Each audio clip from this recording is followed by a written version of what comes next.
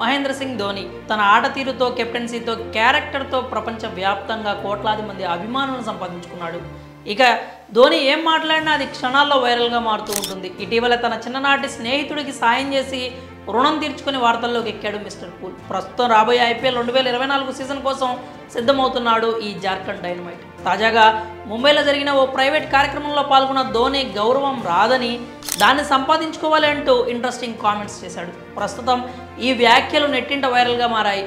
మోకాలి సర్జరీ తర్వాత కొంతకాలం విశ్రాంతి తీసుకున్న మహేంద్ర సింగ్ ధోని ఇప్పుడిప్పుడే ప్రాక్టీస్ మొదలు పెడుతున్నాడు. ఐపీఎల్ 2024 కోసం సిద్ధమవుతున్నాడు.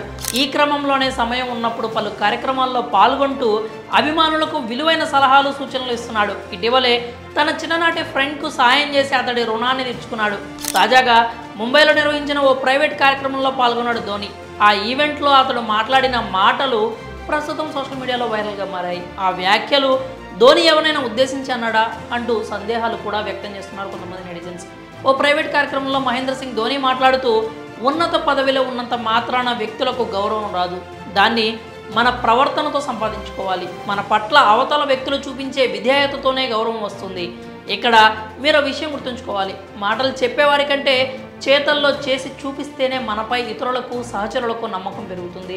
డ్రెస్సింగ్ రూమ్లో ఇతర ఆటగాళ్ళకి, సహాయ సిబ్బందికి మన పట్ల గౌరవం లేకపోతే వారు విధేయతతో ఉండరు. ఇక మనం కూర్చునే కుర్చీ, ర్యాంకుల వల్ల గౌరవం వస్తుందని నేను అనుకోను. చివరిగా నేను చెప్పదలుచుకుంది ఒక్కటే, గౌరవం దానంతట అదే రాదు, మనమే సంపాదించుకోవాలి అంటూ చెప్పుకొచ్చాడు ధోని.